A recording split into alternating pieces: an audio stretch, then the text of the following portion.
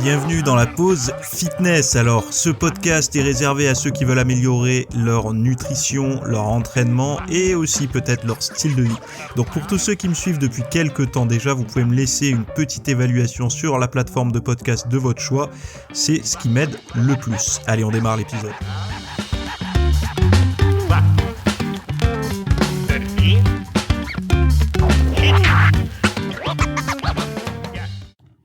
Salut à tous, j'espère que vous allez bien pour cette nouvelle semaine qui démarre.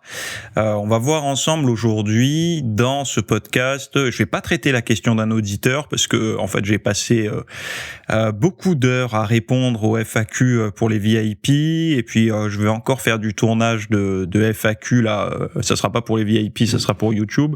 Donc du coup, répondre aux questions pendant on va dire un petit mois. Tranquillo. J'ai envie de traiter des sujets autres un petit peu. Voilà, j'ai d'autres choses à dire, donc j'en profite. Le podcast est fait pour ça. Donc on va voir dans cet épisode à quoi sert la musculation ou le sport, mais plus la musculation quand même. On va voir ça et je vous dis direct, on va pas dire ça améliore votre santé. On le sait tous, c'est bon, ça améliore la santé, ça améliore la longévité, etc. On le sait tous. Donc moi j'ai une liste d'autres arguments, d'autres facteurs on va dire améliorants par la musculation.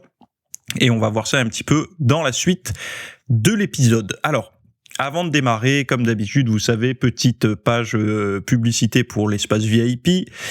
J'ai sorti, comme vous l'avez entendu juste avant, ce week-end, la deuxième partie de la FAQ, donc c'est la FAQ numéro 21, où je parle d'analyse morpho-anatomique comme point de départ, vous savez, pour vous faire vos programmes, etc. Donc je donne mon point de vue là-dessus. C'est pas forcément celui que vous attendez de ma part, je pense. Moi j'ai une approche je vais pas vous dire comment je fonctionne exactement, mais dans la vidéo, vous aurez par contre tous les détails de comment moi je fonctionne pour faire mes propres programmes, pour que ça corresponde à ce que je fais, etc. Donc bon, je vais répondre à ça, mais également à plein d'autres questions. Je les ai pas sous les yeux, je me rappelle plus exactement de quoi j'ai parlé, parce que comme je vous disais, j'en ai traité pas mal. Donc allez faire un tour. Vous avez le lien en description. Donc déjà si juste l'analyse de la morpho-anatomique ça vous parle, ça vous concerne, vous voulez plus d'indications là-dessus, voilà, vous allez dans les notes de l'émission là et vous cliquez. Ça s'appelle FAQ 21, analyse morpho-anatomique comme point de départ. Deuxième chose, des personnes m'ont demandé, ils ont vu que j'avais parlé du programme Full Body d'une manière un peu plus intelligente de le faire que juste travailler tout le corps, en fait, comme ça. Je vous ai mis également dans les notes de l'émission un lien vers un programme Full Body que j'ai appelé de manière intelligente pour pouvoir un petit peu travailler vos groupes musculaires, faire progresser un petit peu votre niveau en utilisant l'approche full body. Il y en a beaucoup qui m'ont dit qu'ils n'avaient pas pensé à faire comme ça, que ça les a, ils ont été curieux du coup de tester et ça leur convient bien.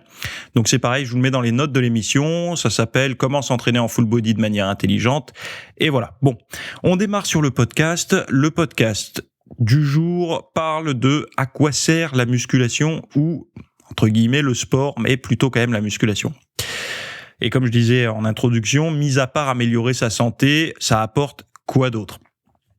Déjà, dites-vous bien une chose, on va parler des médias. Les médias, vous savez, les médias grand public, la télé, les journaux, les articles internet et tout. Par l'absence d'articles négatifs sur la musculation, mis à part le dopage, je dis bien mis à part le dopage, on ne trouve strictement rien sur la musculation. C'est-à-dire que la seule faille que les journalistes un peu, propices à vouloir trouver uniquement des trucs négatifs, buzz, etc., ils trouvent rien. Ils trouvent rien en fait. Et dites-vous bien une chose, c'est que s'il y avait la moindre chose négative à dire sur la musculation, hormis le dopage, parce que c'est souvent là-dedans qu'ils se réfugient en permanence. C'est pour ça qu'il y a eu beaucoup d'abus aussi. Ils se sont dit, attends, il prend quoi, de la poudre de prot, lui, vas-y, fous-le dans la case dopage, ça fera du buzz. Et du coup, si il n'arrive pas à trouver de points négatifs sur ça, je peux vous garantir que déjà c'est un point fort. Ça veut dire qu'il n'y a pas grand-chose de négatif à s'entraîner, parce que il faut bien vous dire une chose aujourd'hui. Alors certes, le fitness, la musculation, c'est un petit monde. C'est-à-dire que quand on est dedans, comme vous, comme moi, on a l'impression que tout le monde connaît. Ça reste un petit monde, mais c'est quand même un petit monde qui prend de plus en plus de place. C'est-à-dire que je sais pas dans quel bled vous habitez. Moi, je suis dans le sud de la France. Autour de moi, à moins de 5 kilomètres autour de moi, il doit y avoir une quinzaine de salles de musculation. C'est énorme, énorme. Pour vous dire, quand j'ai démarré, il y a un peu plus de 15 ans maintenant, non, il y avait pas autant. C'est-à-dire que les salles autour, peut-être qu'il y en avait 3-4 maximum, mais quand je dis maximum, c'est à 10 kilomètres à la ronde, et dans ces 3-4, c'était des salles d'association qui n'étaient pas ouvertes l'après-midi, qui n'étaient pas ouvertes dans la matinée, c'était ouvert que rapidement en fin de journée à partir de 16h, et puis ça fermait à 21h, et en même temps il y avait des cours de boxe, il y avait les cours de judo, il y avait tout ça. Donc il y a quand même, on voit que la musculation, enfin le fitness, prend de l'ampleur. On le voit aussi par les pubs YouTube. Vous avez dû être un petit peu pollué sur toutes vos vidéos que vous avez consultées sur YouTube, ou même avant le podcast là, par exemple, par Keep Cool et compagnie, et Fitness Park et tout ça, qui font des pubs pour essayer de vous attirer dans les clubs à la rentrée. Voilà, moi je préfère avoir ça qu'une pub Nutella, je vous le dis honnêtement. Et en tout cas, une chose est sûre, c'est que ça prend de l'ampleur. Et si il y avait des choses négatives à dire sur un sujet chaud, je vous garantis que ça serait le cas. Donc déjà, on peut se rassurer sur le fait que les journalistes, ceux qui font des investigations, n'arrivent pas à trouver grand-chose de négatif, mis à part, comme je vous le disais, le dopage, parce que ce sont des sujets, et puis d'ailleurs, je vois que de plus en plus de youtubeurs ont bien compris ça. Les mots arnaque, les mots dopage et tout, ça fait du clic, ça fait du buzz. Donc, on les glisse gentiment sur les vignettes et gentiment dans les titres, parce que voilà, c'est du sujet chaud, c'est du sujet qui fait parler, c'est du sujet qui est demandé. Donc voilà, mais il y a que ça. Malheureusement pour les adeptes du buzz, il y a que ça. Donc c'est plutôt quand même un point positif pour tous ceux qui pratiquent, on va dire, de manière non, comment on pourrait dire, non chimique. On s'en fout en fait. Chacun fait ce qu'il veut avec son corps, fait ce qu'il veut avec sa santé, fait ce qu'il veut avec ses objectifs et tout ça. Mais voilà, pour moi, il y a deux pratiques. Il y a une pratique de très haut niveau où on veut avoir des objectifs compétition, se faire rémunérer pour ça, etc. Donc, on va rentrer dans la sphère, on va dire, de l'excellence, du maximum. On va sortir un petit peu du côté santé. Et puis après, il y a le sport, certainement comme vous et moi, c'est-à-dire d'avoir le meilleur physique possible tout en ayant une vie sociale, entre guillemets, enfin normale. Qu'est-ce que ça veut dire normale? Une vie sociale normale, je sais pas, mais d'avoir un rythme de vie qui tourne pas essentiellement autour de sa petite personne et de son tour de bras, quoi. En gros, voilà. Donc c'est un petit peu comme ça que moi personnellement je vois les choses. Il y en a plein qui partagent pas mon point de vue, et c'est pour ça que je fais pas de bodybuilding, c'est pour ça que je fais pas de compétition, et que voilà. Mais par contre, j'ai un profond respect pour ces personnes-là, parce que déjà, quand on fait les choses comme moi je l'ai fait, il y a quand même un certain équilibre à trouver. C'est-à-dire que moi, ça n'a pas été du jour au lendemain que j'ai trouvé cet équilibre. Pour des personnes qui consacrent leur vie, quand je dis leur vie, c'est pas leur vie sur toute une vie, c'est leur vie, leurs 24 heures en fait, leurs 24 heures à ça. C'est un choix quand ils sont en couple ou qu'ils ont des enfants, ou même, enfin voilà, un cercle social, de commencer petit à petit à s'en couper. Parce que bon, quand on est hors saison, ok, on n'est pas obligé de s'en couper, mais quand on est en pleine prépa, j'imagine quand même que ça doit être un petit peu isolant, on va dire, comme pratique. Chapeau, parce que moi, je pense pas que j'en sois capable finalement de ça. J'ai un besoin de m'évader. Et pourtant, vous le savez que moi, je travaille là-dedans. C'est-à-dire que tous les jours, je lis des articles, je lis des études, du contenu sur l'entraînement, sur la nutrition, sur, tout ce qui peut être lié de près ou de loin à la pratique du fitness, j'en bouffe. Et, moi, j'ai un besoin de m'évader, parce que si je reste tout le temps dedans, c'est comme s'il y avait un épuisement et au bout un petit peu comme, je sais pas si vous avez déjà préparé des examens, on se rend bien compte qu'à force de lire, d'apprendre, au bout d'un moment on lit, mais on se rend compte que ça rentre et ça sort en même temps, quoi. Ça nous glisse sur la pensée, ce qu'on est en train de lire, et on retient plus rien. Et moi j'ai besoin de ces phases-là de détente, de m'évader pour justement revenir plus fort et plus retransformer mon cerveau en éponge par rapport à ce que je lis, quoi. Donc voilà, premier point positif, les médias. Moi, je trouve que les médias nous prouvent que c'est déjà une bonne raison d'en faire, puisqu'ils n'arrivent pas à trouver quelque chose de négatif. Deuxième chose, pour moi, la musculation aide vraiment à corriger une erreur de trajectoire. C'est-à-dire que, il y a des gens, ils vont avoir des mentors, ils vont avoir tout un tas de choses dans leur vie qui vont leur permettre de prendre des bonnes décisions. Il y en a d'autres, non. Et je trouve que la musculation, c'est quand même quelque chose qui permet de corriger une erreur de trajectoire. Je vais prendre un exemple tout simple. Jeune adolescent, vous fumez des bédos, j'en sais rien, et vous commencez un petit peu à penser à l'argent facile, vous commencez un petit peu à vous dire j'ai pas envie de travailler pour un patron, et puis à être un petit peu révolté, avoir l'impression que vous êtes plus intelligent que les autres. Vous avez 10 000 idées à la seconde, et puis finalement vous vous rendez compte que vous êtes comme tout le monde, c'est-à-dire au chômage, ou alors avec un métier qui vous convient pas, etc. Et que vous noyez un petit peu votre frustration et tout ça dans des bêtises. Quand je dis des bêtises, c'est d'essayer de tronquer, de truquer un petit peu le système pour essayer de vous gagner 3 sous, de profiter un petit peu trop des aides, etc., en travaillant 6 mois et en vous reposant 6 mois. Et moi, je trouve que la musculation, je vous parle de ça parce que j'ai été adolescent, j'ai été jeune, très jeune adulte à la vingtaine et tout ça. Et enfin, je sais pas aujourd'hui comment ça se passe, parce que moi c'était il y a 13 ans, mais moi je me souviens que c'était un petit peu comme ça. Ce que j'entendais dans les salles de pause quand j'étais intérimaire, c'était moi je travaille 6 mois et puis 6 mois de l'année je me mets au repos. Donc j'ai entendu toutes ces choses-là, quand on pouvait gratter de l'argent sur la CAF, etc. Enfin moi j'ai jamais eu de chance avec ça, c'est-à-dire que j'ai pu percevoir une seule fois dans ma vie les aides quand j'avais 18 ans. Je les ai eues pendant 1 an. Et j'étais content. Je me suis dit, mon loyer, il passe. J'avais un loyer de 500 € à l'époque, je me souviens. Il me donnait 250 €. Mais je sais pas si vous vous rendez compte, mais j'avais un salaire. Alors j'avais le minimum, c'est-à-dire le SMIC de base. C'est-à-dire qu'il y a 13, il y a 13 ans à peu près, un peu plus, même 14 ans. On n'avait même pas 1000 balles nettes dans la poche quand on était payé au minimum. C'est-à-dire qu'on avait une paye en faisant un 35 heures, un temps plein, hein, on n'avait même pas 1000 balles. Et quand vous avez un loyer à 500 et qu'on vous en donne 250, je peux vous garantir que vous sabrez le champagne, hein. C'est un truc de fou. Et j'en ai profité pendant 1 an, j'étais content, on s'habitue à ça, et puis du jour au lendemain ils me les ont enlevés. Mais pire que ça, c'est qu'ils m'ont réclamé parce qu'ils avaient jugé que j'en avais trop eu et tout ça. Donc c'est une erreur de ma part, hein, j'y connaissais rien. Moi, comme je vous le disais dans d'autres épisodes, je suis passé je vivais avec mon père à 18 ans jusqu'à mes 18 ans, et à 18 ans, dès que j'ai été majeur, j'ai pris ma bagnole, je me suis barré dans une autre ville. Je connaissais rien. Enfin si, je savais faire les courses, le ménage, tout ça, parce que je le faisais chez mon père, mais j'ai été foutu dans la vie active comme ça. Je m'y suis foutu. Personne m'y a poussé. Hein, c'est moi qui avais pris la décision. Et bon, est-ce que j'ai mal rempli une feuille? Est-ce que j'en sais rien? Et en fait, j'ai compris plus tard que vu qu'il se basait sur l'année d'avant et que l'année d'avant j'étais pas salarié, du coup, ça a créé un schmilblick, et je me suis dit plus jamais de ma vie je réclame ces trucs-là, parce que c'est un leurre et j'en veux plus, parce que s'il faut les rendre après, c'est pas bon, quoi. Je préfère, c'est un crédit en fait, et j'en veux pas.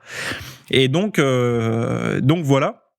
Et je pense que la muscu, alors pourquoi vous allez me dire, mais où il veut en venir? Moi, je trouve que la musculation, au moment où elle est arrivée pour moi, a corrigé des erreurs de trajectoire. C'est-à-dire que j'ai arrêté de faire déjà de picoler ou de faire des petites erreurs comme ça de jeunesse. C'est-à-dire qu'à partir du moment où je m'y suis mis à l'entraînement, c'est comme si ça avait pris la place de d'autres comportements négatifs. Et je suis persuadé aujourd'hui que par la sécrétion de neurotransmetteurs, d'hormones et tout un tas de choses, il y a une certaine satisfaction à s'entraîner qui permet d'éviter de tomber dans les travers qu'on peut rencontrer quand on est plus jeune. Et moi, je pense clairement, si vous sentez, alors vous le sentez pas forcément si vous êtes dedans, mais quand même au fond de vous, vous devez le voir que la vie que vous êtes en train de mener, parfois, c'est pas bon, quoi. Vous prenez pas la bonne pente. Faites confiance à la muscu. Honnêtement, faites confiance à la muscu parce que ça peut, et il y en a plein qui vont se reconnaître là-dedans. Ceux qui ont 5-6 ans d'entraînement déjà, ou même plus, ils se diront, putain, heureusement que j'ai eu ça à un moment donné, parce que sinon, je pense que je serais vraiment parti en couille. Et je peux vous le dire, honnêtement, c'est vraiment quelque chose qui fonctionne. Alors moi, je peux parler pour la muscu, mais certainement qu'il y en a qui vont parler pour la course à pied ou autre. Mettez-le en commentaire là de l'épisode si vous êtes sur YouTube, vous pouvez le mettre. Sinon, tant pis. Mais mettez-le un petit peu si ça vous a aidé. Et d'ailleurs, mettez-vous à quoi vous a servi la muscu dans votre vie. Ça peut m'intéresser aussi de lire ça. Je suis curieux de le voir. On va voir le troisième point qui est prendre le relais de la discipline une fois adulte. Alors, vous savez, quand on est jeune, adolescent, enfant et tout ça, qu'on le veuille ou non, on a une forme de discipline imposée. La discipline imposée, qu'est-ce qu'elle est ? Enfin, en tout cas, dans un foyer, entre guillemets, au minimum équilibré. Petit déjeuner, repas du midi, repas du soir. Bon, on se met un peu les pieds sous la table ou alors on aide à la préparation des repas. Si vous avez été à la même école que moi, entre guillemets, c'est-à-dire que vous avez aimé cuisiner assez tôt dans votre vie. Donc, il y a une forme de discipline, c'est-à-dire que il y a une vie de famille, donc une vie de famille ou monoparentale ou en famille complète, je ne sais même pas comment on appelle ça. En tout cas, il y a une forme de discipline. Deuxième source de discipline, c'est que vous allez à l'école, vous allez au CFA, vous allez au lycée, vous allez à l'université. Il y a une discipline imposée, et d'ailleurs on le voit direct. Dès qu'il n'y a plus cette discipline imposée, sortie du lycée où vous êtes plus obligé de pointer entre guillemets de votre présence, les trois quarts de quand les gens, non mais à l'université en fait tu fais comme tu veux, t'y vas ou t'y vas pas, ou la fac et ces trucs-là. Et on voit qu'il y en a plein qui passent le plus de temps dans les parcs autour ou en ville, à aller faire les boutiques sur les terrasses qu'aller réviser ou aller en cours. Et moi je trouve que la musculation, c'est quelque part quelque chose qui prend le relais une fois adulte sur cette discipline. C'est-à-dire que quand vous sortez un petit peu de ce cocon familial, et entendez bien, le cocon ne veut pas dire que vous avez vécu dans un cocon confortable, mais un cocon discipliné, c'est dur à dire, un cocon discipliné, une fois adulte, on est un peu livré à soi-même. Donc c'est-à-dire que quand, comme je le disais sur le point précédent, vous arrivez un petit peu, livré à vous-même, un loyer à payer, je sais pas moi. Et encore, ça c'est, là je parle là c'est pour les plus courageux, parce qu'il y en a beaucoup, ils passent de chez leurs parents à vie de couple direct, pas de phase d'autonomie du tout, ce que je pense personnellement être une erreur, mais bon, après chacun fait ce qu'il veut de sa vie. C'est très compliqué de maintenir une discipline quand plus personne nous l'impose. Donc bon, si vous avez un job, ça vous permet quand même de rester un petit peu discipliné. Mais si pour une raison X ou Y vous êtes encore étudiant et que vous rentrez un petit peu dans la vie seul, c'est-à-dire que vous prenez un studio ou un petit appart ou autre parce que vous avez la chance qu'on puisse vous le financer, je vous garantis que la muscu peut vous aider à garder une bonne discipline de vie, c'est-à-dire de rester structuré, d'avoir en fait des comptes à rendre non pas aux autres mais à vous-même au moins une fois par jour, en allant à la salle de sport ou en faisant votre sport à la maison, en mangeant intelligemment et suffisamment, parce que quand on fait du sport et qu'on s'amuse à manger sur le pouce, on se rend rapidement compte que ça peut pas fonctionner. Donc moi je trouve quand même que la musculation prend le relais de la discipline une fois adulte. Voilà. Quatrième point, rester de bonne humeur lors des périodes creuses. Alors, rester de bonne humeur ou en fait se maintenir sur le fil. Je vous explique. Alors moi j'ai lu beaucoup de biographies et pas forcément les biographies qu'on vous recommande sur YouTube avec les milliardaires qui vous donnent leur routine et tout. J'en ai strictement rien à battre.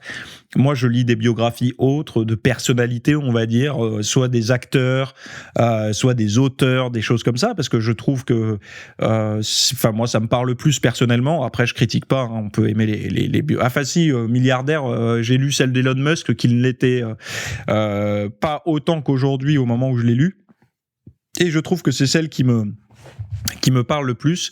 Celle de Steve Jobs, j'ai bien aimé aussi, même si elle a un petit caractère quand même tragique. Je suis moins fan. Steve Jobs, je suis moins fan, je vous le dis honnêtement. Je préfère le caractère l'image en tout cas renvoyée d'Elon Musk. Je la trouvais plus intéressante. Mais après, tout ce qui est autres milliardaires et tout ça, ça m'intéresse pas réellement de lire ce genre de choses parce que c'est pas forcément un monde qui m'attire en fait. Donc voilà.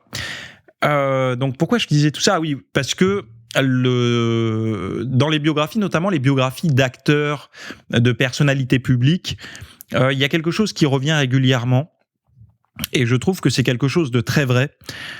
La muscu, s'entraîner, se maintenir en forme, ça sert à meubler des moments morts. Alors, chez les acteurs, ça ressemble à quoi ? Ça ressemble à, par exemple, je sais pas, vous avez une tournée, vous êtes acteur dans le théâtre ou dans le cinéma, j'en sais rien, et vous avez un tournage qui démarre en mai et qui finit en septembre.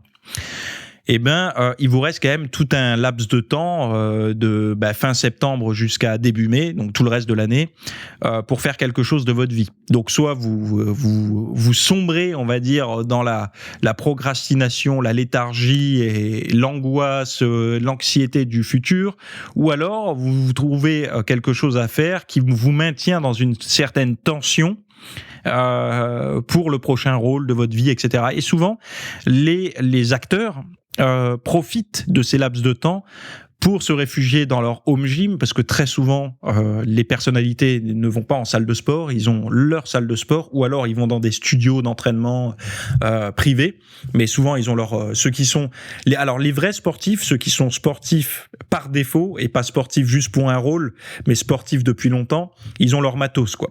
Et en fait, il faut s'inspirer de ça, c'est-à-dire que, je vais vous prendre un exemple plus concret pour vous. Vous traversez une période de chômage. Ouais, voilà, c'était pas prévu. Vous avez pris la décision de démissionner parce que vous voulez vous prendre en main et vous avez un projet, mais bon, votre projet il démarre pas avant 6 mois. Vous partez dans une recherche d'emploi. J'ai vu beaucoup de personnes comme ça qui avaient un super poste. J'en ai d'ailleurs vu un cet été. Personne très très intelligente visiblement, qui avait un très bon poste dans une très bonne société et qui a décidé de partir vers de nouveaux horizons. Donc je pense que sa situation financière lui permettait de faire ça. Moi personnellement, j'ai jamais pu le faire. J'ai toujours jonglé d'un poste à un autre parce que je ne pouvais pas me permettre de mettre au chômage quand j'étais salarié. Mais bon, il y a des personnes qui ont fait les études pour avoir un bon revenu, qui ont réussi à se battre, à avoir les dents longues pour ça. Donc tant mieux pour eux. En tant que salarié, moi en tant que salarié, j'ai jamais été bon. Je suis bon à mon compte, mais en tant que salarié, je n'ai jamais été bon. Et ces personnes-là peuvent traverser une période de plusieurs mois, de plusieurs semaines, de plusieurs mois. Et la musculation, moi, je trouve qu'elle prend tout son sens à ce moment-là.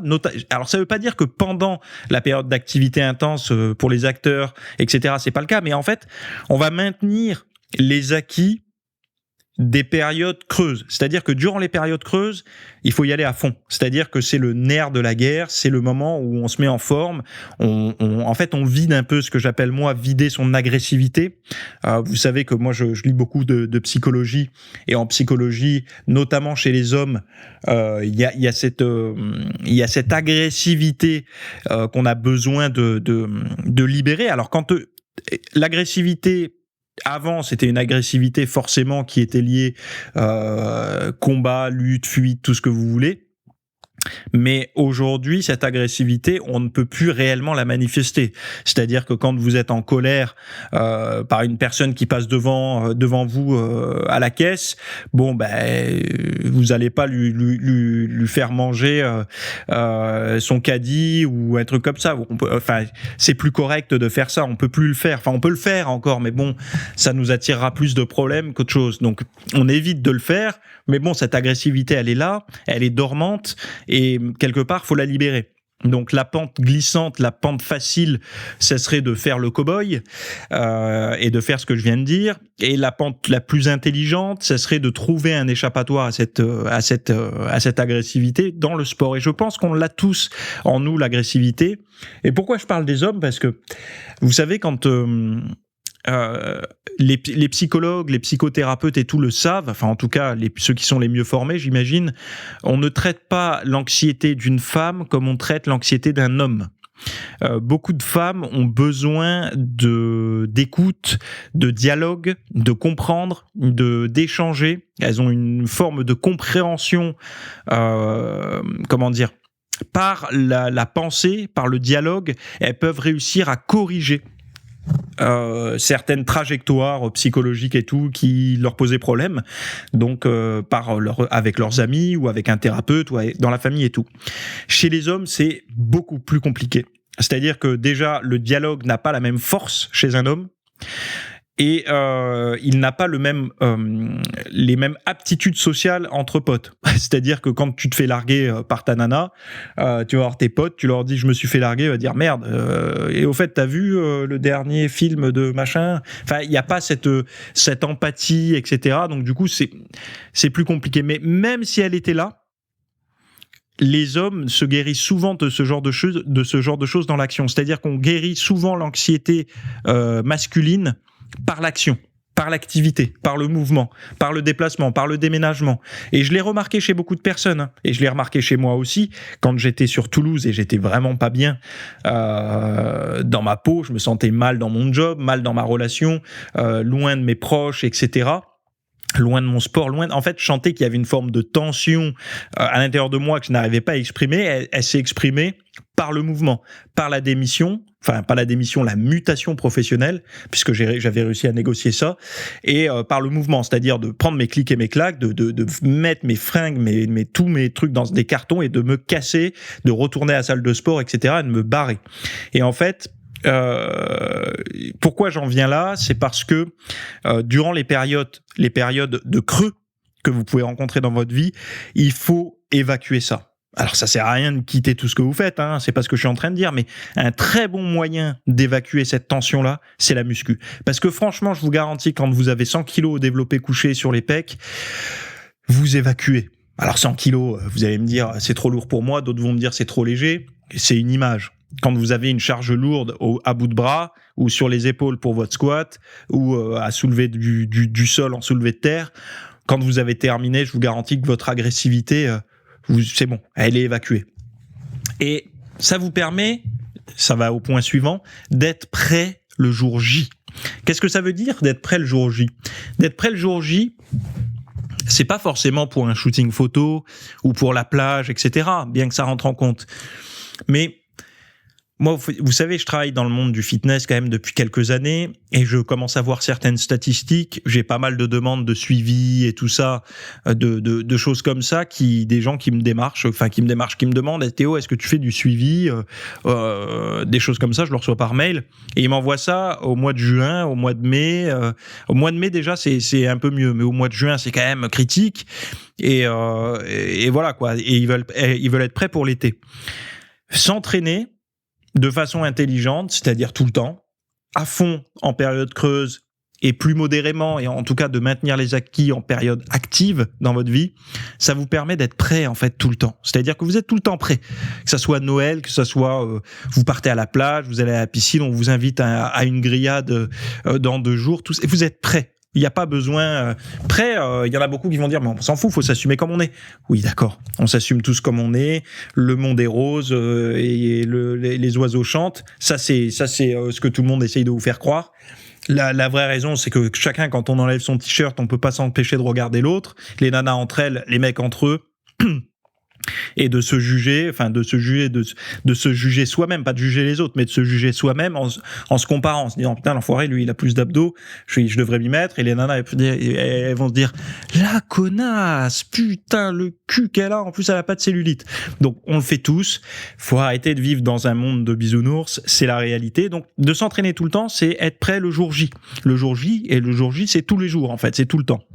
Mais également le jour J veut dire que vous allez être prêt physiquement à tout ce qui pourrait être physique dans votre vie. Donc, prenez n'importe quel exemple, un déménagement, un conflit.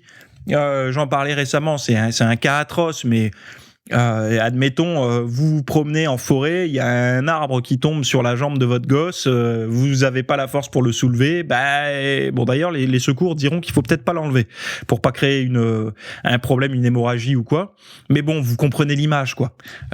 Si vous avez besoin de libérer un truc qui est un peu lourd, voilà, peut-être que la musculation aurait pu vous aider. Ça peut être tout un tas de raisons. Alors ça, je prends l'image un peu du super-héros pour ça, mais vous comprenez là où je veux en venir, quoi. Ça vous donne une certaine force. Peut-être que vous serez capable de sortir toutes vos courses d'un coup, un pack d'eau plus un gros sac dans chaque main, sans problème, sans vous effondrer et vous casser la gueule dans les escaliers. Bref, vous avez compris là où je veux en venir. La muscu permet quand même de transformer son corps, de le rendre alors à la fois plus performant, mais à la fois plus économe. Parce que plus vous avez de force, plus vous avez de masse musculaire, entre guillemets, parce que pas trop non plus. Mais plus vous avez de force, plus votre poids de corps devient léger à transporter, plus vous êtes économe dans vos déplacements. Donc du coup, vous devenez quelque part plus performant. Parce que à distance égale, avec et sans muscu, avec et sans force, vous allez pouvoir accomplir beaucoup plus. Autre point, qui plus que vous mérite un écart de temps en temps? J'entends beaucoup de personnes me dire: Théo, est-ce que j'ai le droit de faire un écart? Est-ce que j'ai le droit de m'accorder un steak frites? Et je vois de plus en plus de personnes aussi: moi Théo, jamais d'écart, hein, je fais jamais rien comme écart, je mange tout le temps strict. Bon, tant mieux pour toi si les aliments un peu transformés et tout te manquent pas dans ton quotidien. Moi personnellement, quand je vais au resto, j'aime bien prendre des frites où ils marquent à chaque fois frites maison et tu te rends bien compte qu'elles sont pas vraiment maison. Mais bon, j'aime bien ça, j'aime bien le petit fondant au chocolat en dessert ou la petite mousse au chocolat. J'ai pas de honte à le dire. Et moi, je me suis toujours dit, mais attends Théo, qui plus que toi mérite ça? Tu t'entraînes quasiment 7/7, tu fais un régime que peu de personnes n'arrivent à tenir, parce que j'ai plein de défauts dans la vie, mais je peux vous garantir que avoir le rythme de vie alimentaire que j'ai, manger sainement, qui n'est pas une contrainte pour moi, hein, mais je m'oblige à voir que ça l'est pour des milliers de personnes qui me disent t'as du mental et tout. Personnellement, moi, j'ai aucun scrupule à me faire un cheat meal ou à me faire un repas d'écart ou m'envoyer un paquet de M&M's le week-end ou quoi, quand j'ai envie de me le faire. Et je me suis toujours dit, et je rassure en fait mes proches aussi avec ça, qui sont très sportifs ou très sportives et qui culpabilisent à mort après avoir fait un truc comme ça, je leur dis, mais attends, tu t'entraînes quasiment tous les jours. Tu manges diète, on va dire 80% du temps. Explique-moi qui plus que toi mérite ou a le droit de se faire plaisir comme ça. Est-ce que tu penses que c'est la personne sédentaire qui bouffe mal tous les jours et qui fait pas un pet de sport qui peut se le permettre, ou toi? Et en fait, quand on leur explique les choses comme ça, ils se disent t'as raison. Je leur dis, tu sais, le sport, c'est aussi ça en fait. C'est mériter les récompenses. C'est-à-dire que l'effort, c'est le désir. L'effort, c'est créer, en fait, si tu veux, c'est une courbe pour maintenir un équilibre. C'est-à-dire que des fois, tu descends très bas dans la difficulté, dans l'effort, dans la douleur. Ça va être l'effort, l'entraînement, la diète stricte parfois pour certaines personnes qui ont besoin de perdre beaucoup de poids. Ils ont besoin de changer diamétralement de trajectoire. Donc ça va être difficile au début, ce qui deviendra facile après, mais difficile au début. Donc du coup, il y a cette courbe basse où c'est difficile, où c'est un petit peu, il faut se mettre un coup de pied au cul. Puis il y a la phase de récompense où ça monte, où il y a le plaisir et tout ça. Ça va être après une séance de sport. Ça va être après une journée où on n'a pas fait d'écart, où on a fait son sport et on a bien mangé. Ça va être justement ce week-end où on arrive face à son assiette de restaurant et on la regarde et on se dit, toi, je t'ai mérité. Et toi, je vais pas culpabiliser quand je vais te manger, parce que les gouttes de sueur que j'ai évacuées, t'inquiète pas que je m'en souviens encore, et enfin bon voilà quoi, je vais pas vous faire l'image. C'est en gros, c'est comme ça. Vous avez le droit, enfin on a tous le droit, mais qui plus qu'un sportif accompli qui fait attention à son hygiène de vie a le droit de se faire plaisir, a le droit de dérailler un petit peu dans sa diète. Voilà. Et à partir du moment où ça reste 80% de sa semaine, moi, vous savez, je compte 21 gros repas sur la semaine. Il y a 7 jours, matin, midi, soir, donc 21 repas sur la semaine. Moi, j'ai toujours dit, si sur 21, t'en as 19 clean, c'est bon. Et tu fais mieux que 99% des gens, je te garantis. Voilà. Qu'est-ce que j'avais mis d'autre ? Oui, après, on peut des choses plus bateaux. Il y a faire partie d'une équipe. Effectivement, quand vous faites de la musculation et tout, pour les personnes qui sont un peu isolées, maintenant non, vous êtes plus isolés. Vous faites partie de. Alors, il y en a qui vont dire tribu, c'est le terme un peu moderne, surtout dans le marketing. D'autres vont dire équipe, d'autres team. Vous faites partie, si vous le désirez. En tout cas, consciemment ou inconsciemment, d'une certaine sphère. Alors, je vous décourage d'aller refaire partie de ça sur les forums et tout, parce que vous allez voir que le niveau, il est pas super haut. Mais bon, vous faites partie quand même d'une équipe, donc vous allez peut-être avoir des potes qui vont se créer grâce à ça, des amis, des copines, des relations, peut-être aussi rencontrer la femme de votre vie ou l'homme de votre vie dans une salle de sport. J'en sais rien. Mais en tout cas, vous faites partie maintenant de quelque chose qui vous dépasse un petit peu, plus que votre petit cercle personnel. Maintenant, vous pouvez aborder, en tout cas dialoguer avec d'autres personnes. Vous avez un point commun avec d'autres personnes, c'est le sport et la musculation, et je trouve que c'est plutôt un point positif. Autre point, apprendre à connaître son corps. Effectivement, beaucoup de personnes que j'ai pu rencontrer, quand je leur dis mais vas-y, tu peux faire ça, ah non, mais moi je suis plus capable, j'ai plus 20 ans. Et là en fait c'est des gens qui connaissent pas du tout leur corps. En fait ils sont tellement loin de ça au quotidien qu'ils pensent ne pas être capables de faire certaines choses, et quand on leur dit non mais tu rigoles ou quoi, tu peux le faire, t'as largement les épaules pour faire ça. Alors je peux pas vous donner un exemple concret, mais qu'est-ce que ça va être de taper 3 tractions par exemple. Bon, sauf si la personne est vraiment en surpoids, et dans ce cas-là je lui dirais pas de se taper des tractions, mais une personne qui a un tout petit peu de surpoids, on va dire 10 bombes en trop, quand elle voit une barre de traction, elle dit c'est pas pour moi, moi je la rassure direct, je lui dis, quand c'est un pote ou quoi, je lui dis si, vas-y, pends-toi à la barre, dis-toi qu'en bas là, si tu tombes, c'est un précipice, tu vas te taper une traction. Et la personne elle est super contente parce qu'elle se rend compte qu'elle a la capacité d'en faire une, donc ça la booste, elle se rend compte de ses capacités. Et pour moi la musculation c'est ça, c'est apprendre à se connaître, apprendre à connaître son corps, quoi, apprendre à savoir qu'on a des muscles de pousser, des muscles de tirer, qu'on a un gainage, qu'on a enfin voilà, on a une capacité à être explosif, et c'est bien de connaître son corps. C'est quand même un outil qui nous suit jusqu'à la fin de notre vie, et la musculation est un très bon outil pour connaître son corps, parce que justement on va travailler localement des avant-bras, des biceps, des triceps, des épaules, l'avant, l'arrière, la portion latérale. On va travailler du haut de pec, du milieu de pec, du bas de pec. Enfin bon, même s'il y a des polémiques là-dessus, on s'en fout, mais on va le faire quand même. On va travailler des abdos de différentes manières, on va travailler les obliques, on va travailler les fessiers, les quadris, les ischios, les mollets, l'avant du mollet, on va travailler les trapèzes, on va même pour certains travailler les muscles des mâchoires. On va vraiment, c'est une forme de méditation de pleine conscience en fait, la muscu, c'est qu'on va être pleinement conscient pour ressentir une zone musculaire travaillée, et on va connaître son corps. On va savoir à quoi servent les muscles. Et c'est quand même un bon apprentissage. Et comme je vous le dis et je le répète, l'outil corporel, votre corps, votre enveloppe charnelle, même dans un monde où on parle de vie après la mort, comment ça s'appelle déjà? Il y a eu plein de reportages là-dessus. Aidez-moi en commentaire. Ah, c'est quoi? Vous savez, les trucs de mort imminente, là. Les gens, quand ils sont opérés, qui arrivent à voir dans d'autres salles parce qu'ils meurent pendant un certain temps, puis ils voient le tunnel. Enfin, j'y connais rien, mais il y a quand même des trucs surprenants avec ça, là. Regardez un peu des reportages, c'est surprenant. Bref. Votre corps vous suit jusqu'à la fin de votre vie. Donc, apprendre à le connaître, c'est quand même cool d'avoir un compagnon qu'on maîtrise, qu'on connaît.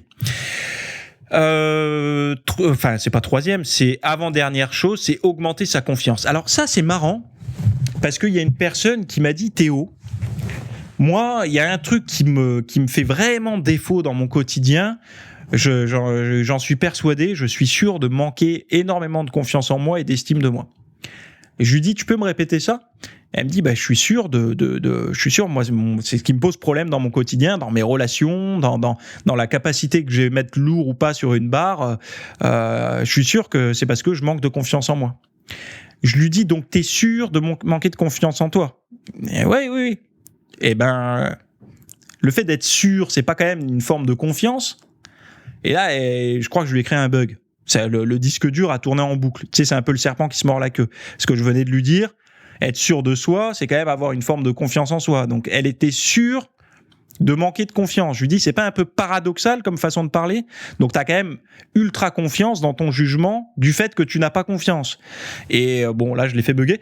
Bref, et l'histoire de la confiance en soi, c'est compliqué. C'est-à-dire qu'on a confiance en soi dans certains domaines et peu confiance en soi dans d'autres domaines. Et la confiance, c'est la compétence. C'est-à-dire que personne n'arrive dans une salle de sport avec confiance en soi. Moi, je vais pousser des tonnes. Non, non. La confiance va naître de la maîtrise. C'est-à-dire que, voilà, je sais pas, vous avez envie d'avoir confiance en vous quand vous discutez lors d'une réunion face à tout le monde. Il va falloir que vous gaufriez des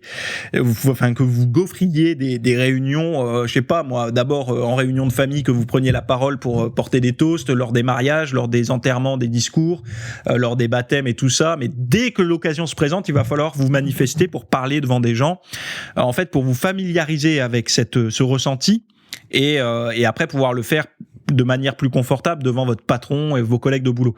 Mais c'est la maîtrise. Moi, je parle pas de l'art d'avoir confiance en soi, parce que j'y crois pas réellement. Pour moi, c'est l'art de la maîtrise. Si vous maîtrisez quelque chose, vous allez avoir confiance. Moi, quand vous mettez un médecin diplômé de je sais pas quel truc, ou nutritionniste, médecin nutritionniste, comme vous préférez l'appeler, n'importe quel expert du monde sur la nutrition, vous le mettez face à moi, je n'ai pas peur d'avoir une discussion avec lui. C'est-à-dire que pourquoi ? Parce que je sens que j'ai une maîtrise, je me sens à l'aise dans ce sujet. Alors est-ce que c'est une forme de confiance en moi ? Certainement, mais parce que je maîtrise. Par contre, demain, mettez-moi un géologue ou mettez-moi un astrophysicien, mettez-moi, je vais même aller dans des sphères autres, mettez-moi un menuisier, et je vais fermer ma gueule et je vais être un bon élève. C'est-à-dire que si le sujet m'intéresse, je vais dire j'ai envie d'apprendre, donc je vais écouter. Mais en aucun cas, je vais avancer des trucs du style non, moi je sais que c'est comme ça. Et c'est un petit peu ce qu'on retrouve dans les conversations, vous savez, j'appelle ça les conversations de bistrot, quoi. Quand t'as des gros bras, toi tu dois prendre de la prot, quoi. Tu vois, les trucs comme ça. C'est un petit peu pareil si je m'amusais à dire au menuisier le meilleur bois, c'est le chêne, tu vois. Sans rien y connaître, parce que j'avais lu une fois sur le roi Merlin que le chêne était un bon bois, et le gars, s'il veut pas me frustrer, il va dire oui, c'est un bon bois, et s'il veut, qu'est-ce que tu racontes, tu connais rien, retourne à tes haltères, et il aura raison. Donc voilà, ça a augmenté sa confiance. C'est maîtrisé. Donc si vous allez rentrer dans la sphère de la muscu, vous allez augmenter votre confiance en vous à la salle de muscu, vous allez la maîtriser, ou chez vous en home gym, voilà.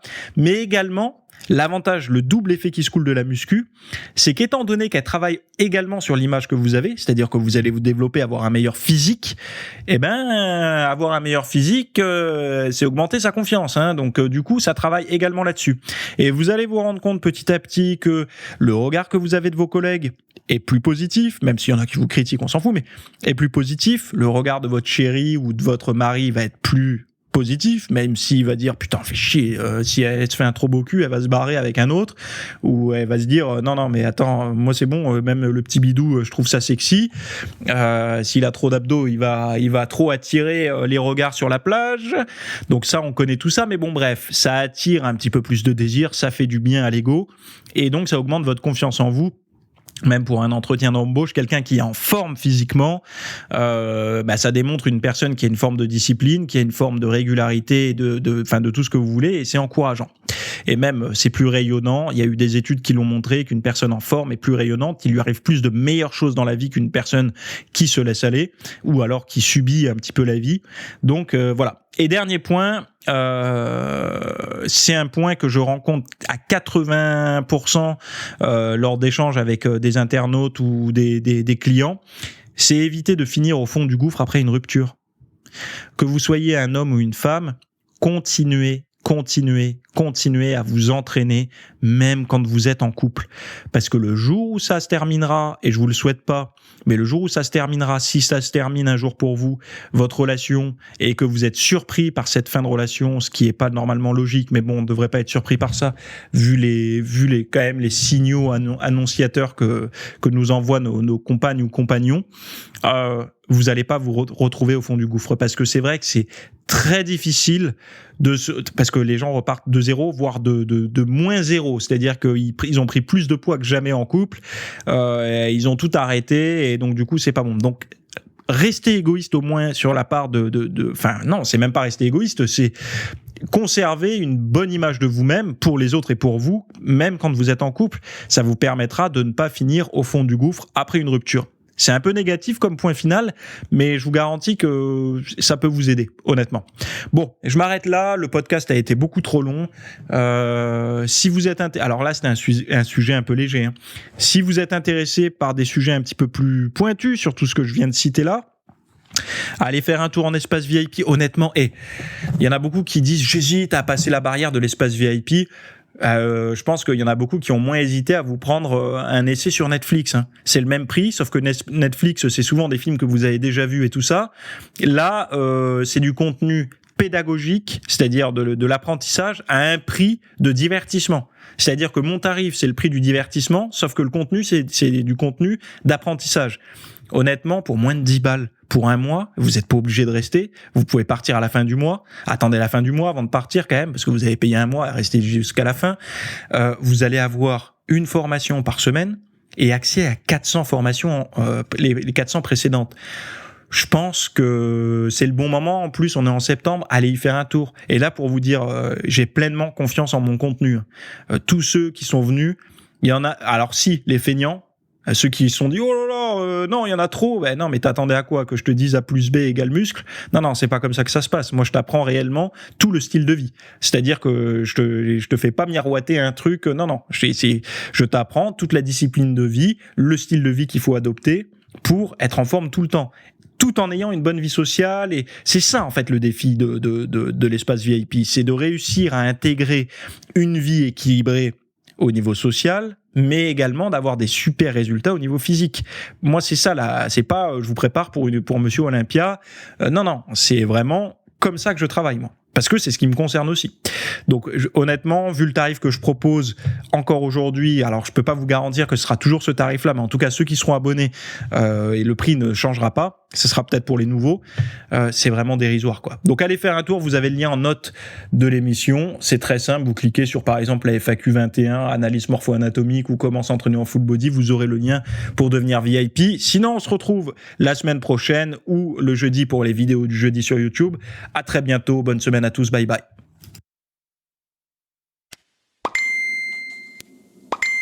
Non, ne t'inquiète pas, c'est pas chez toi que ça sonne, c'est ici. En fait, c'est juste pour attirer un petit peu ton attention et te dire que tu as devant les yeux, en description de cet épisode, plusieurs liens, dont un pour aller noter mon podcast avec des petites étoiles, hein, sur la plateforme que tu préfères, hein, iTunes, je sais pas quoi, Spotify, etc. Mais également, tu peux aller retrouver tous les liens que j'ai cités dans l'épisode. J'ai essayé de faire des descriptions avec tous les liens, comme ça au moins ça vous donne des accès directs à toi et à tous ceux qui m'écoutent, de manière à pouvoir trouver directement le contenu. Donc voilà, j'espère que cet épisode t'a plu. N'hésite pas à t'abonner sur la plateforme de podcast que tu préfères. Et c'est toutes les semaines à 8h du matin, le mardi. Bye bye.